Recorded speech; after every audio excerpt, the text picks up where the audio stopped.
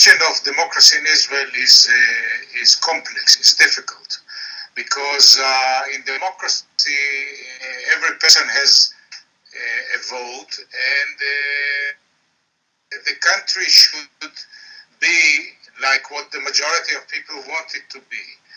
So there is a majority of Jews here in Israel, and it was established as a Jewish state for obvious reasons, because of the Holocaust and the connection of Jews to the land of Israel, etc.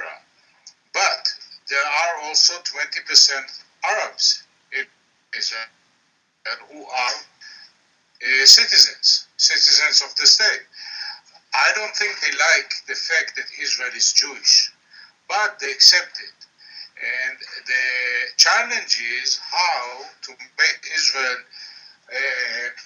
a democracy under the umbrella of Jewish state, a state of the Jews, but give the Arabs, who are citizens of Israel, equal rights. And also let them feel really accepted and really equal to Jews. Unfortunately, in the past, we didn't do very good in this on this issue. And I was very proud to serve under Minister Rabin, who for the first time took the Israeli Arabs seriously and tried to improve the quality of life, etc. And today we have a President Reuven Rivlin, who's a great Democrat and who keeps talking about the need to make the Israeli Arab citizens equal. So I think we have a long way to go, but this is what we have to do.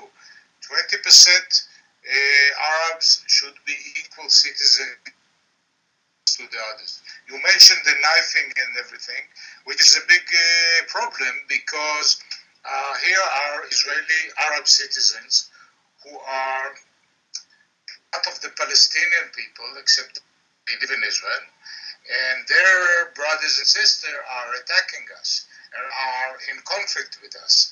So it makes things even more difficult than ever, but there's no substitute for democracy, and I'm very proud of the way the Israeli democracy is surviving and really going through all these problems and challenges.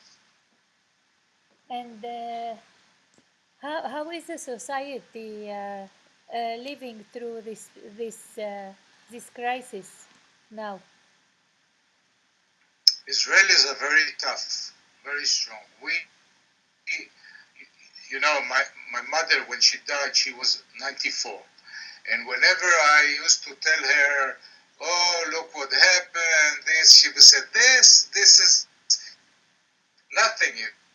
Compared to 1936, 1939, if you promised me there will be a Jewish state and we will have an army, what are you talking about? So we need to take a deep breath and look at where we started and how much success we gained and what a society we built here. And this is another time of trouble that will go. Soon we're gonna sit at the Seder table, right? In Pesach. Yes. They said every generation they try something and we survive. So there is a joke saying Jews, why they celebrate in Pesach? They're saying they try to kill us, they failed. Now let's sit down and eat. So yes, this is a problem now. And by the way, seriously, I hope that there will be a way to resume talks with the Palestinians, because the only way we can live together is through peace and not by fighting each other. But do you think the other part think the same? I'm not sure, and we have a big problem in incitement. If you look at what's going on in the Palestinian radio or social media, And even in schools, what the children are learning, there's a lot of incitement, and we should demand that they stop it. And we should also try also to make some gestures that will make their life easier, because you know the majority of the Palestinians are not terrorists. The majority of Palestinians are not people who go and stab Israelis. It's the minority. I have people working for me who are Palestinians, and we are like friends, like family.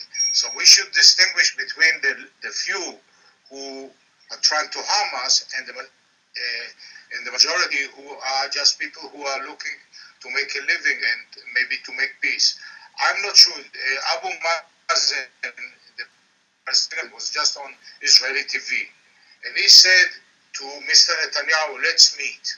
The following day, Netanyahu on the radio said, "I say yes, let's meet." So if they both say let's meet, why can't they meet? What's going on? I think people here on both sides would love to see them meeting. I think people on both sides would love to see them meet, because when you talk, you don't shoot, you don't stab, and there's hope. But he wants to meet, but on the other side he is doing incitement. He is telling the kids to leave the computer and take the knife. And so what's going on with Abu Mazen? Or it is something of Netanyahu? No, I think they should meet, and then look. So Yitzhak Rabin, I worked for him. Meeting with Yasser Arafat, I can tell you he didn't like it. But you don't make peace with people you like. You make peace with your enemies. And Rabin banged on the table and said, "I will not accept what you're doing." On one hand, talking peace to me, and on the other hand, turning a blind eye to terrorists and letting terrorists do what they do. And Arafat had to oblige. And therefore, I think they should meet, and Netanyahu should tell him, I demand that before we move on anything, settlements, Jerusalem, refugees, whatever, you stop the incitement. But if they don't meet, they don't talk, there's no contact at all, so how can we change anything? You serve in the Israeli Air Force. Yes. And what do you think about the problem you have now with the soldier who shot at an unarmed terrorist? I think, look, we judge from what we saw on television. So, 1 second.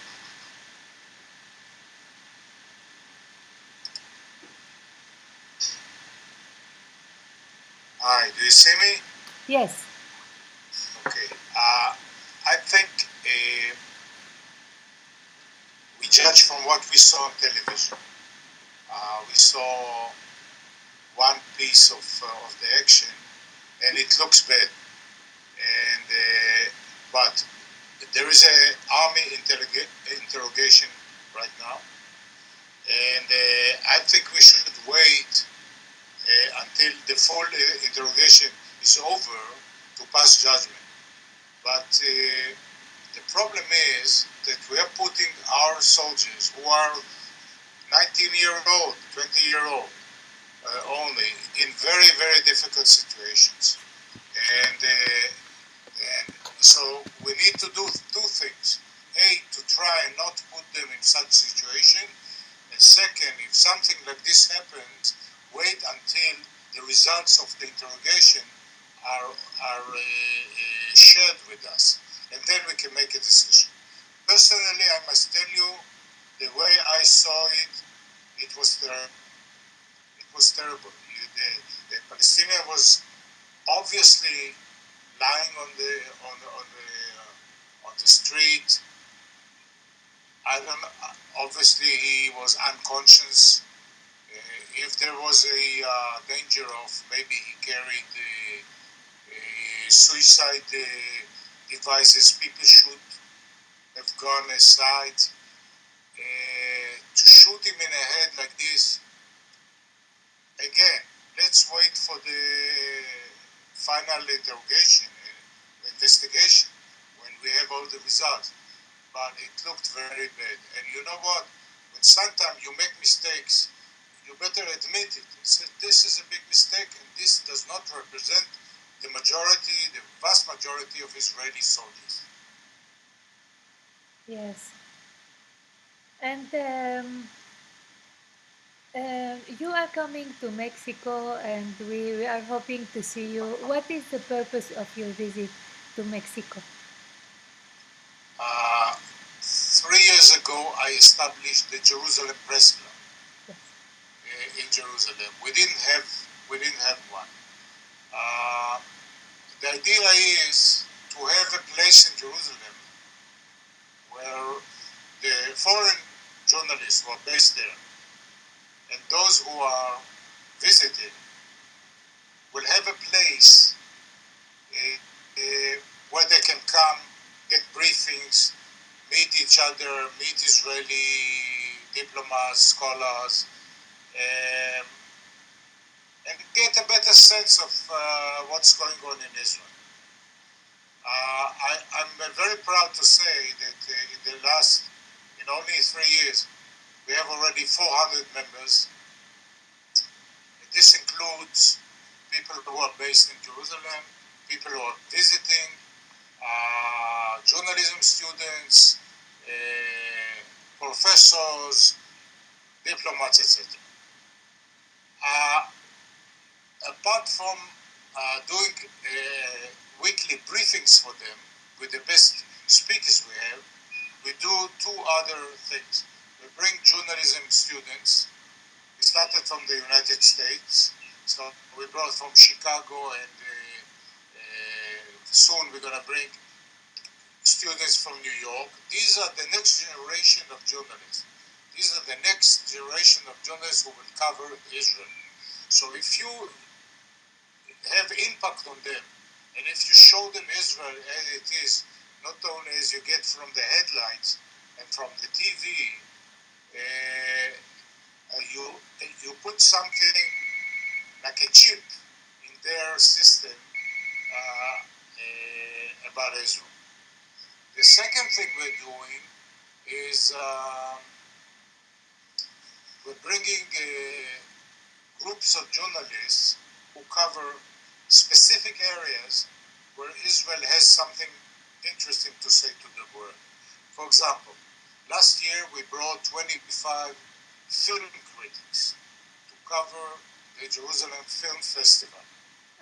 Now these are the same people who cover the Festival of Cannes, Nice, Venezia, Toronto, etc. Suddenly, by bringing them, I opened them up to the wonderful Israeli film. And we put the Jerusalem Film Festival on the same league of the big festival, Toronto, Tribeca, etc. So millions of film lovers suddenly realized that Israel is a big power in film, and there are great films coming out of Israel. Same I did with science.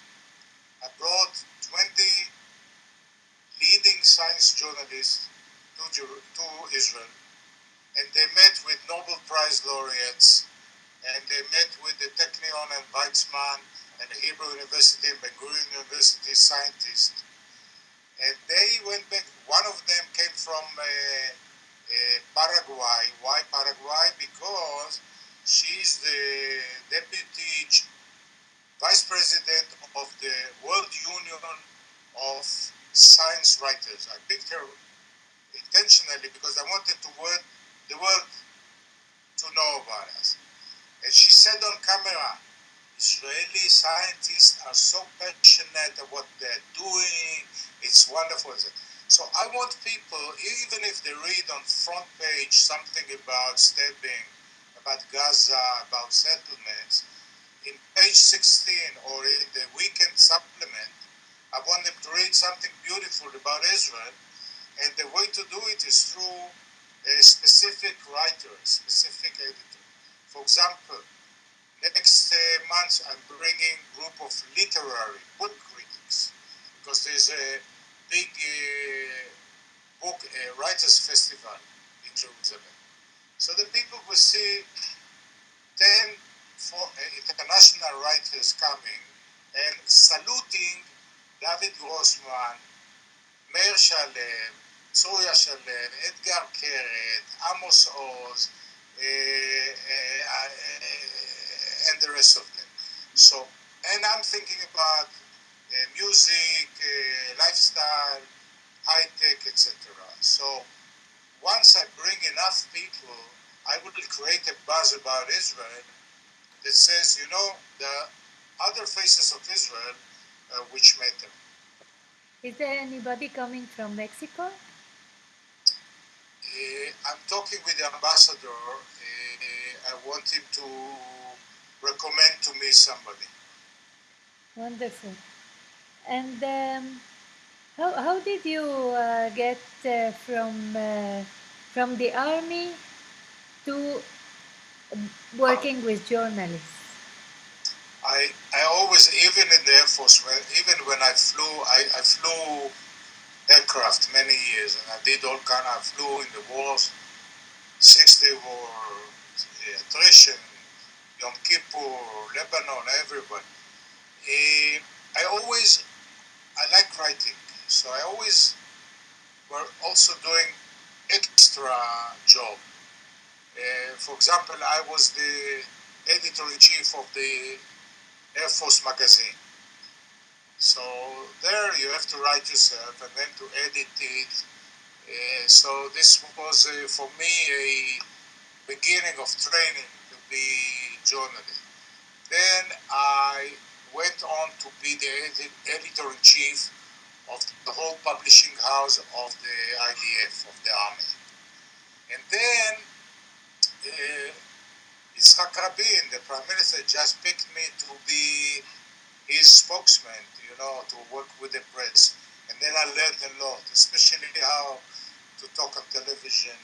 And then in 2000, I started writing a column in the Miami Herald, which is called Focus on Israel. And I do it every 3 weeks, and I like writing. So, and also I think everybody has to do something for Israel. So if I can do something with the press club and with my writing, I try to do that. How difficult was it to be director of the government office or spokesman, as you say, during the Oslo process? Look, we were the darling of the world media. Everybody loved us, I can understand that some people did not like the Oslo process because they thought this was a mistake. But this was the decision of the government, and it was approved in the Knesset. And let me remind you that it also brought us the peace with Jordan, because the minute we had the beginning of peace with the Palestinians, the Jordanians just were waiting to make peace with us. So, and believe me, going with the press to Amman, to the palace of King Hussein, and to see this, the respect between our prime minister and the king of Jordan, and to bring journalists to witness this is wonderful. I went with Rabin to the White House in September 13, when Rabin had to shake the hand of Arafat, which he hated. But Pete, the hand of... he hated the idea that he had to shake the head of Arafat. Yes. And the most frightening, he was afraid that Arafat would kiss him. Because, Arafat liked to kiss Yes. people. So, and Rabin was not the Yes, person. we saw the picture with Khomeini. Yeah. So he doesn't like to kiss people. Well, some people do not like. So to be there with the journalists and to prepare all the, to work with the American counterpart, this was a great experience. I think my most important experience there was when I had to arrange all the media arrangements in the peace ceremony between us and the Jordanians in the Arabah, in the Negev. This was in the desert. So just imagine 3,000 people coming, all the media of the world, and you need to give them live broadcast facilities from the Negev, from nothing. And remember, this was 92, 94, no internet yet, so no cell phones. So this was a big challenge. But the most important thing was working with a leader, with a rabbin, a man you could trust. Because sometimes spokesmen, they speak to the press, and then their boss would stab their in the knife in the back. Not with Rabin. Rabin, what he said was like rock, and I miss him a lot. And what is a special moment you can tell us about Rabin? When we went to Amman, this was the final meeting between Rabin and King Hussein, and I took the press there, and there was a dinner, and then they went, only Rabin and Hussein went to a room, only the two of them. And Rabin told me, be ready with the press, because when we come, it will take an hour or so. When I come out, immediately I want the press conference. Okay. So I told everybody, stay near the door, because I need you here in 1 minute.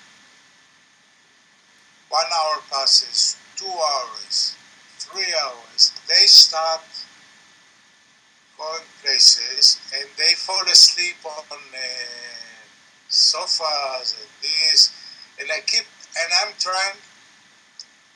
Now, they all knew there was a problem there, because otherwise it was supposed to be 1 hour, nothing. Everybody knew that in the south of Israel, the border between Israel and Jordan was not marked. It's just, open.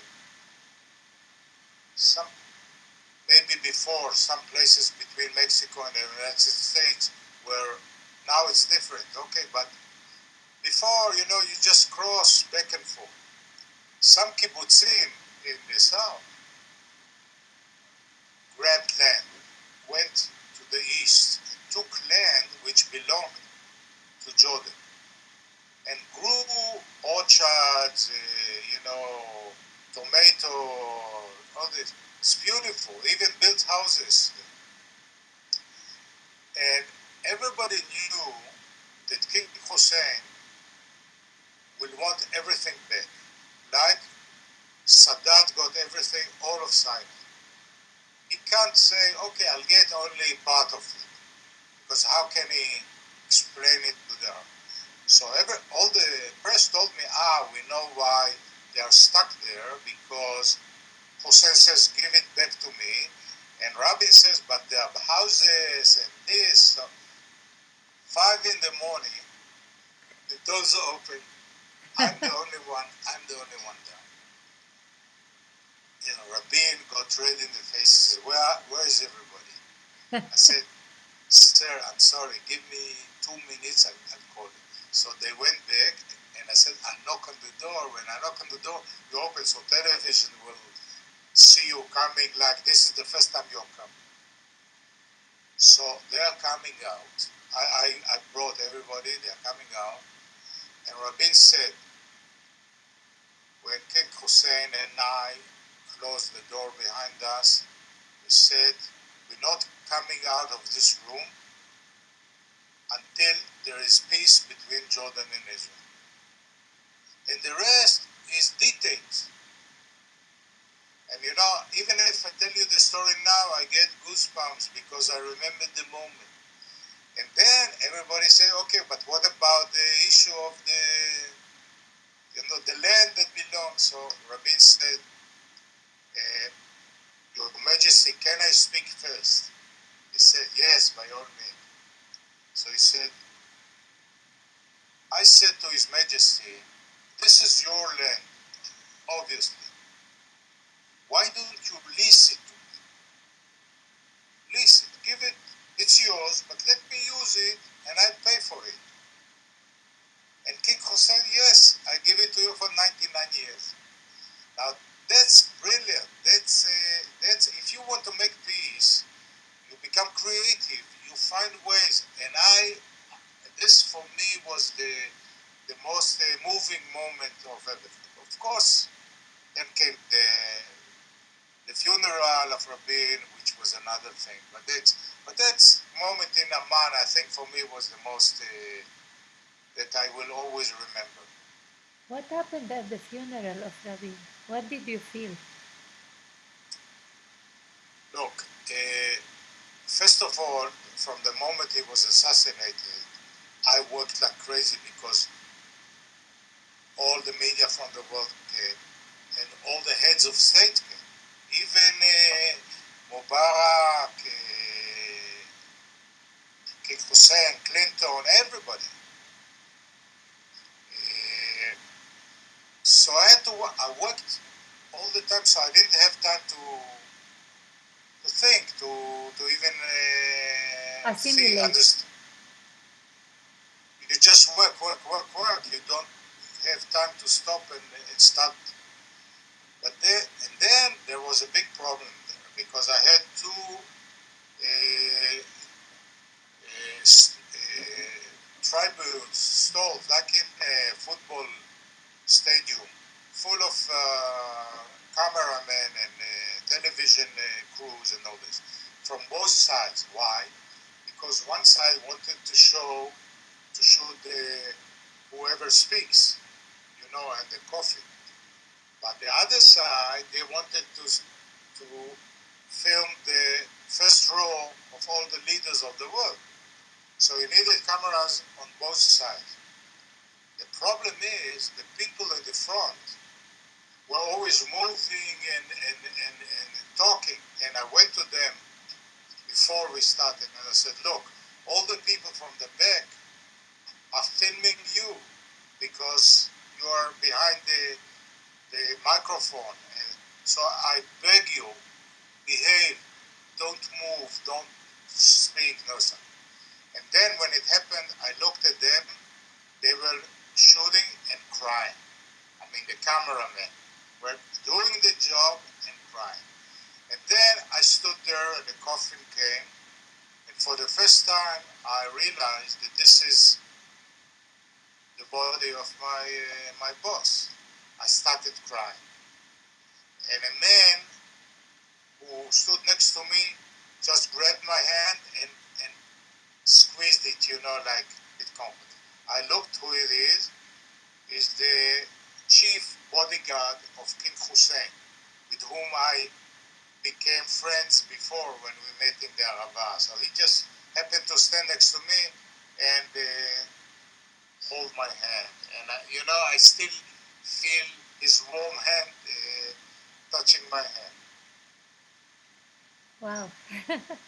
And why didn't Oslo work? I think Oslo didn't work because, first of all, Rabin was assassinated.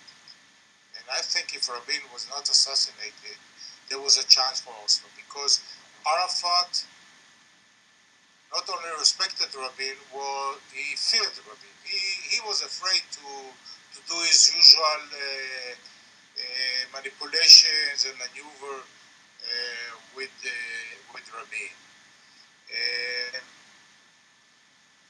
And then the Hamas took advantage of this and started the wave of terror. If you remember, in early 96, buses blew up in the cities.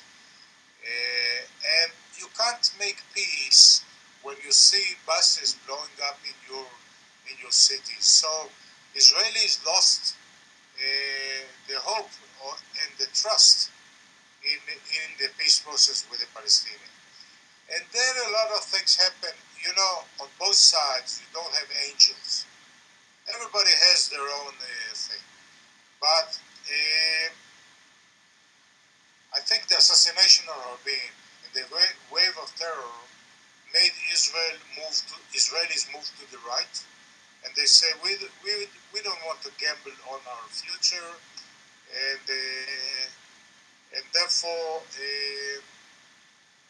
also among many Israelis there is a suspicion that even if we make peace with the Arabs, with the Palestinians, they will not stop there. They will want more. So now, if you ask Israelis today, 60% of them think that there should be two-state solution. I mean, the Palestinians will have a state of their own. Why? Because you don't want, instead of having 20% Palestinians in Israel, to have 45%. What kind of Jewish state it will be? I mean, it's impossible. But so actually, so why don't you move toward the two-state? Why don't you pressure the government to go for a two-state solution, to resume talks with the Palestinians?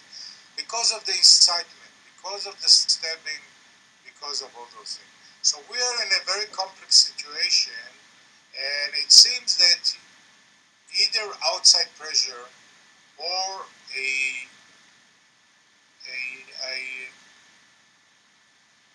new will of the Israelis to say a Palestinian state is a danger for Israel, but one state with all the Palestinians in it is a bigger danger. And therefore, we need to make a change. But then some other people say, okay, so we keep it like it is, status quo and occupation, and there is no better option. This is what Israelis feel now. You know, their brain, their head tells them we need to go for a two-state solution. We need to separate from the president. Their guts, their heart tells them it's very dangerous. And if you know, like, you need to go to the dentist. You know that you need to, but you don't want to go to the dentist. Now, as long as it doesn't hurt, right, you don't go. If it hurts, you run to the dentist, please do something. So right now, you know, we have the stabbings, okay, but economy is okay. Stabbings here and there. But it hurts, no? Not like it's not like the suicide bombers we had before. You know, look at Jerusalem. People get used to everything. Amazing. How do you live in Jerusalem with all this? Oh, Jerusalem is, you know, I feel like you live in Jerusalem, you like won in a lottery. You know, won the lottery. You know how many Jews say next year in Jerusalem, and I live in Jerusalem. So every time I go to work, I work in Yamin Moshe, which is the most beautiful place in Jerusalem. You know, near the windmill, and I see the walls of the old city. You feel lucky. I mean, and this is what King David walked, no? If you're Catholic, you say this is where Jesus Christ. And it's a special city. So, and as I told you, it's tough. Israelis and Jerusalemites are tough people. They can take a lot. Uri, what do you do when journalists come and they are biased against Israel already? Because it must happen to you a lot. Yes, not a lot. Look. No? No, not a lot. I tell you why. Most journalists who are based in Jerusalem or in Israel are professional journalists. And Israel is a very important station in their career. So you get a lot of good journalists. You have some people who hate us and are biased, and you have some people who love us. There's the Italian journalist, Fiamma Nierenstein. Everything we do is, we amazing. We are the angels, you can't blame us anything. Also, Giulio Meotti, no? Yes. The majority of journalists come with open, they are open. And depends who they talk to. And they talk to Palestinians, and they talk to Israelis. I know from being a journalist myself, the more I get in touch with them, the more I show them things, the more I help them get in contact, the more I expose them to something which they didn't know, the better. And the best part is make them meet Israelis. Last Friday, we hosted a group at my friend's house, a group of 6 foreign journalists. One is the Washington Post, which is very important. AFP is the French. No, the home. The home of your friend. Of a friend. She invited a couple of her friends, and we brought food, wine, and they came. These people sometimes can be in Israel for 3 years, not meet regular Israelis, just their own colleagues, the foreign journalists, or officials. This is not the Israelis that we know. The warmth, the richness, the energy, everything. So I invest a lot in giving these people a chance to get the better faces of Israel and to meet Israelis. Now, about bias, people who are biased, there's so much you can do. And I personally, I don't believe in. When I worked for Rabin, I once complained about a British journalist because she really distorted the fact and in a way that really pissed me. So I wrote to her editor. I said, I don't think you readers get a good service from her. And I'm talking professionally. She can criticize the government whatever she wants, but if I take her to a place and she distorts everything I showed her, this is not professional. And then I showed a line of this kind of thing. In 24 hours, he was in Israel, came to see me because he felt this is something. And he said, can you arrange for me an interview with the Rabin? I said, I see what I can do. I called Rabin and said, we should meet him. And you talk to him, and at the end, ask me if I have something to add, okay? So he met with Rabin, thank you very much, and all this. And then Rabin says, okay, Uri, you have something to add? I said, yes. You see what a great interview this was, and we trust this guy.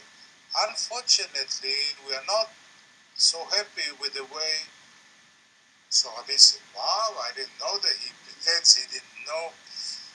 come out, the editor says, "You son of a bitch, in front of Rabin, you're doing it." I said, "It's your fault, because you keep her." In 2 weeks, they called her back and they sent somebody else.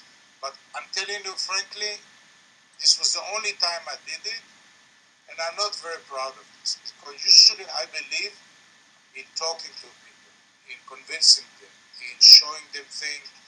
And once in a while, when our government does things that I disagree, surely somebody from England or Spain can be also critical. But as long as they don't distort the facts and they give balance, and the more they know about Israel, I believe the better we get. Because when I was in Israel in the conference, there was a round table with you also, and it was impressive because the president of the foreign press was Palestinian. Is Palestinian, I think. He is still the president, no? No. He's not? He's now the vice president, but he's. He was, at the moment, it was when the 3 kids were kidnapped, and we didn't know they were dead. And he was the president of the foreign press. So all the foreign journalists got the information through him when they got there, and they got the Palestinian narrative. Well, how you can that have be? to understand. I tell you what happens. Yeah. The journalists don't get their information from him. This is a symbolic figure, and when there's a problem with the journalist, he approaches the police, the government. Journalists don't need him to get their information. But there is a problem, because many of the foreign media that is based in Israel, like Reuters, Bloomberg, AP, New York Times, Washington Post, they also cover the West Bank and Gaza. So in order to go there or report from there, they need Palestinians to work for them. So many Palestinian journalists or producers or cameramen, all these people who work for the foreign press are Palestinians. This is a big problem, because if a cameraman is a Palestinian, he can point the camera wherever he wants.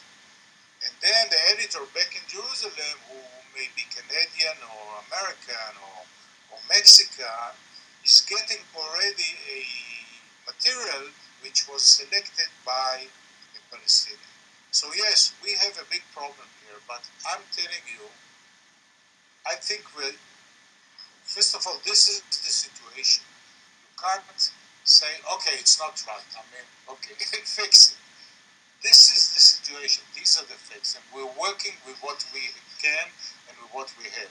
And I'm telling you that within this situation, the fact that we have the press club, and they trust us, and they know that all the big names come to us to the press conference. Karnit Flug, the governor of the Bank of Israel, Yair Lapid, Bougie Herzog, Ayman Uda, everybody, they want to come to us. Why? Because they want to talk to the press through us. It gives a pro-Israeli scent. But the way to really win the hearts of the journalists is being professional. It's not by giving them propaganda, because they will not take propaganda. Be professional. Give them good stuff. Give them good speakers. Call them. Say that you need something. You're new in Jerusalem. Can I buy you a drink? Maybe we'll talk about something. Next time when he or she, they want to write a story, they call me and says, what do you think? So this is the way to do it. And not complain about, oh my God, it's difficult, they are biased, the Palestinian. This is the situation. We do the best we can in the present situation. I see. Well, you are doing very well. What's the importance of the Jerusalem Press Club? Press. Look, first of all, there are press clubs all around the world, Uh-huh. and we are part of the international organization of press clubs. And if you are a member of the Jerusalem Press Club, you show our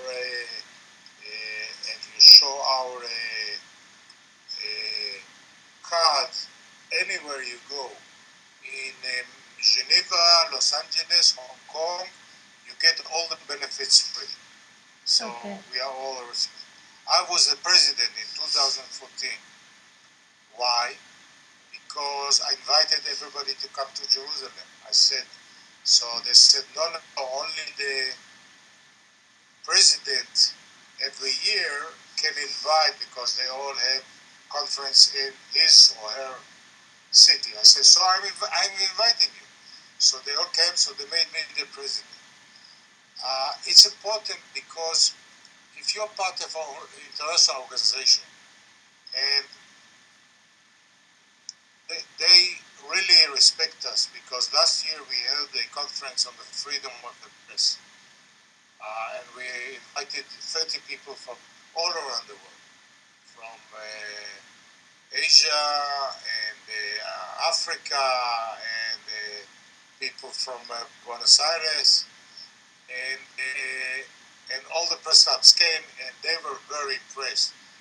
Wow, freedom of the press in Jerusalem.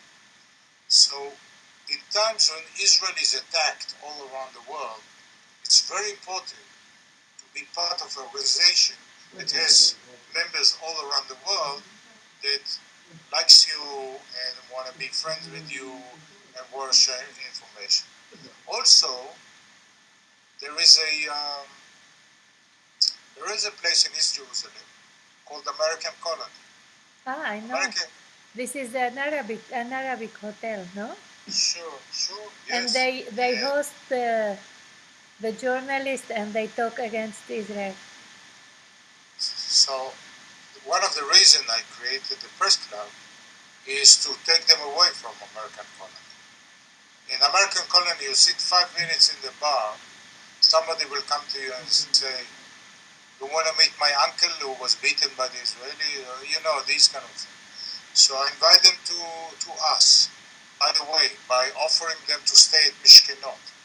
Uh-huh. In American Colony, you pay $400 a night.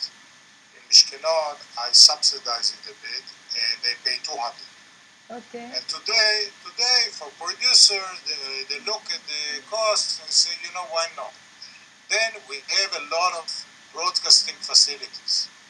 So instead of filming over there on the east side with the mosque in the background, they film from my point with all the infrastructure. In the background, they have the Tower of David with the flag of Israel. The little things that help. So this is how we work. And what do you? How can we help you from Mexico? Well, first of all, I want to take the opportunity to thank the ambassador, Jonathan Pellet, who's a great friend of mine, who's hosting a reception for me, and two of my friends, Roberto Sonaben and Judith and Daniel Liverand. Roberto translated some of your articles to Spanish for us. I know. So he's a very good friend. So both him and Professor Judith Liverand and Daniel Liverand are also hosting a reception for me. The idea is to look. We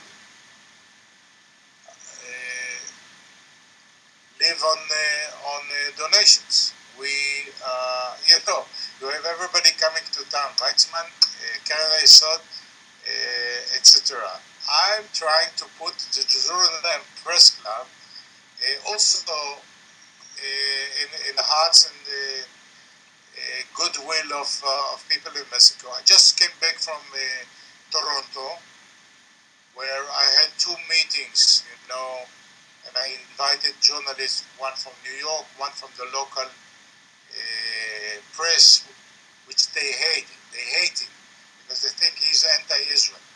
So they were surprised that he came, but he came for me because I asked him. And we sat there and we discussed everything. And people fought with him and all this, but it was a good opportunity to talk about what people feel about the coverage of Israel, etc. So I'm trying to raise support for the press club. And we are very lean operation. It's me and 3 more ladies, and that's it. That's what we do the whole thing. Well, you now have an ally in Mexico. Huh? You now have an ally in Mexico. In Mexico. Okay, so if you're asking, I'm trying to raise some support for us. Canadians were very generous. Same in London. I did it with a big guy from the BBC. Again, they attacked him and he fought back, but then they hugged each other. And I think he came closer to their opinions and they understood them.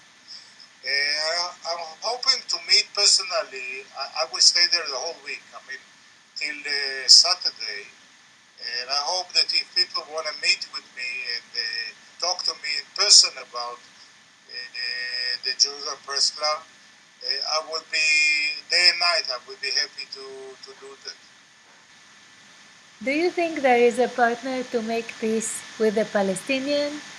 Or do you think Mahmoud Abbas is the one or no? I doubt if Mahmoud Abbas is the one. I mean, he speaks nicely, but I think he's not. He doesn't have the willpower enough to strike a deal with us and to turn back to his own people and say, "This is it. This is the deal. You're not going to get more." And I understand it's very difficult for him because all the refugees who keep dreaming about returning to Israel, he will have to tell them, forget about it. So I don't think he has the willpower to do that. But I believe, I'm a sworn optimist, and I believe the 2 peoples will one day live in peace together, even if we have to go through more problems. I believe that eventually the 2 peoples can and should live in peace. Thank you, Uri.